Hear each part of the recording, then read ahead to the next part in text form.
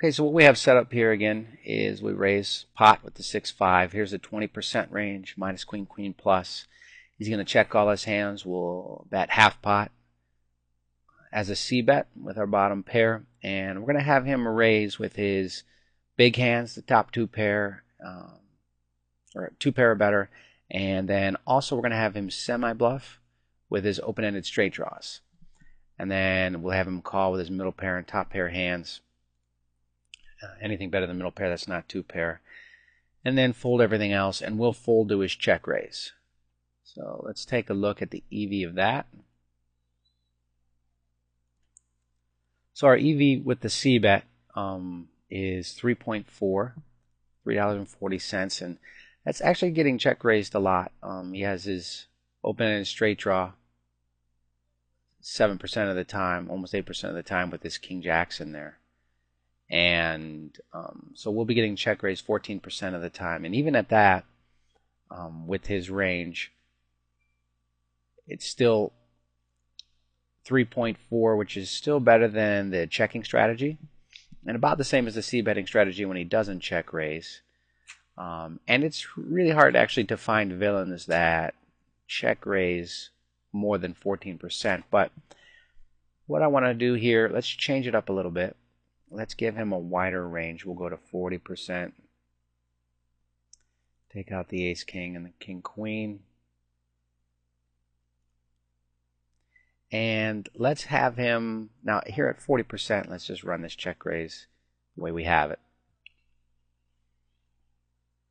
And our EV at 40%, when he just check raises his open-ended straight draws and his top two pair, is 4.53, which again is better than the checking back, not as good as when he doesn't check raise.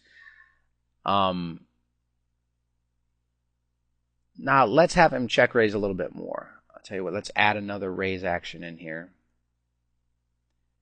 I'll put it up here. We have all hands in here, but we're going to put a weight to it. Let's say 10% of air, so he check raises a little bit more. Let's take a peek at this one.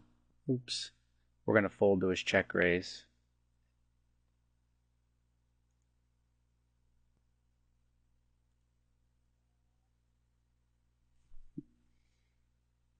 Okay. Now this is an additional 6% of hands, so he's going to be check raising us 16% of the time. And our EV is 3.85, this 40% range, which is about the same, a little lower than the checking back strategy, and obviously lower than our C-bet strategy, but it's about the same there. And I guess the point to make here is that he actually has to check raise us quite a bit in order for us to consider checking instead of C-betting.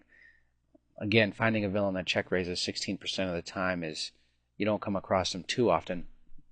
And then when they do start check raising so much, we could play with strategies that would counter their actions. We could do things like flat and raise turns, or re-raise there to make his air fold. And we could examine how we could take advantage of the fact that he's check raising frequently. But the point I wanted to make with this is that when we C-bet, we really can't really induce enough to just not C-bet. At any point in here, can we induce enough to have it be a better strategy than C-betting? And he has to check raise to blow us off our better hand a lot in order to stop us from C-betting as well. Now the last thing I want to show here is if we go back to the C-betting hand, I mentioned that a lot of players will C-bet with 5-6 if they just have nothing, if it's just airs. Okay, so here's the C-betting strategy on the Ace-10-7 flop, and again, same scenario. This is a 20% range minus the Queen-Queen plus hands. We C-bet, and now the gut shot here is the only thing I changed. We don't have a ace-high flop, so with this tight range, there's going to be a lot of gut shots since there are a lot of broadways. smeared in there. And then the post flop is all the same that we did before. So I'll run this. And what we're showing here is the impact of having equity or not having equity when we're making this C-bet. And as you can see, it's just barely plus CV to C-bet compared to when we actually had equity with our bottom pair. We were at 3.5 against this tight range. I'll go up to a 60 VPIP so we can see this.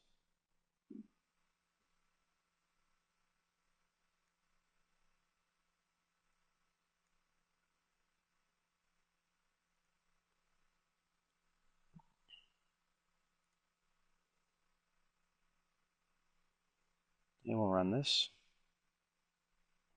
Now here with the 60 VPIP, he's going to have a lot less of those gut shots relative to the rest of his range.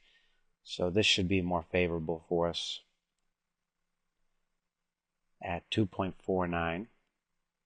And again, compared to when we had equity, 5.32. So big difference when you have equity and when you don't. Now obviously there are a lot of other assumptions we can put in here with different types of villains and lines, but I think you will be able to see clearly the point of this video. Do not misapply the concepts of pot control. Do not scoff at winning small pots. Do not get caught thinking about the showdown value of your marginal holding when the power of fold equity and the power of semi-bluffing is waiting to be used. Do not abandon your pots. You built the pot, take what's yours.